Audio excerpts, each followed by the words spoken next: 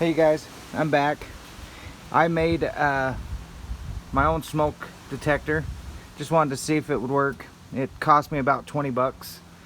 As you can tell, I do got a little bit of leak. It's coming from the hose where the rubber band or the glove is kind of not sealing it very well.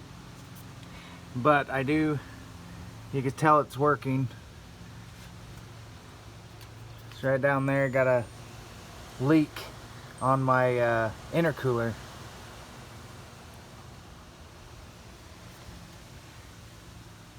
Just thought it was actually kind of cool to give it a shot and see if this worked. Just wanted to show you that it did work. I think this thing was about $5 at Walmart, and I bought this pump. This was probably the most expensive thing. That was 10 bucks. Towel, baby oil, some JB weld, and I just welded it up, and I mean, it actually works really well.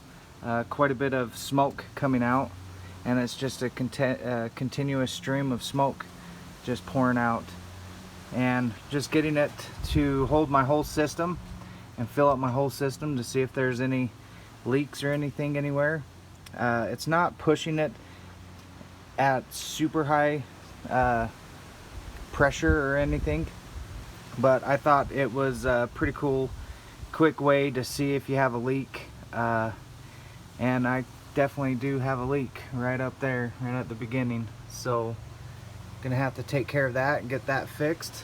But anyways, I just know that people have made these. I wanted to try it and see if it worked, and it worked. It actually is working really well, and it was about 20 bucks.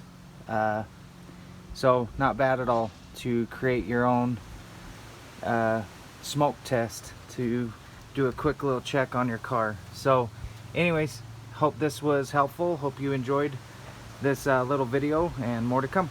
Thanks.